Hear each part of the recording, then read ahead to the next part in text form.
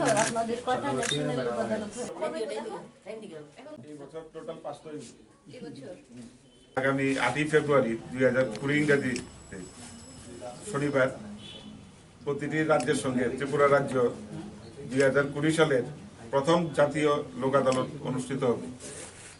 আমাদের রাজ্যে মোট 24টি কোর্ট করা হবে। এর মধ্যে 1748টি মামলা নিষ্পত্তির জন্য তোলা হবে।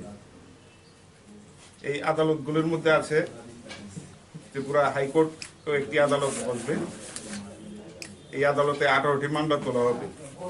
এর মধ্যে আছে 15টি মোটর দুর্ঘটনার যান দুর্ঘটনার আপিল মামলা সংক্রান্ত, আর 3টি হচ্ছে বৈবাহিক বিরোধ সংক্রান্ত আপিল।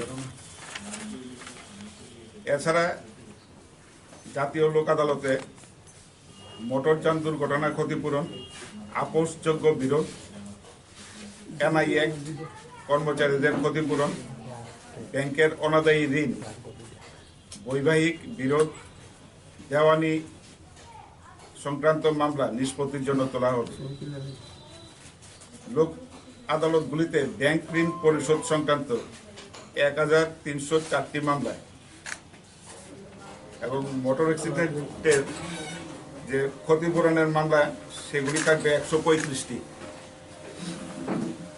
আপোষযোগ্য বিরোধের থাকবে 87টি মামলা, বৈবাহিক বিরোধের 93টি মামলা, এনআই অ্যাক্টের 69টি মামলা এবং কর্মচারীদের ক্ষতিপূরণ সংক্রান্ত একটি মামলা নিষ্পত্তির জন্য নেওয়া হয়েছে।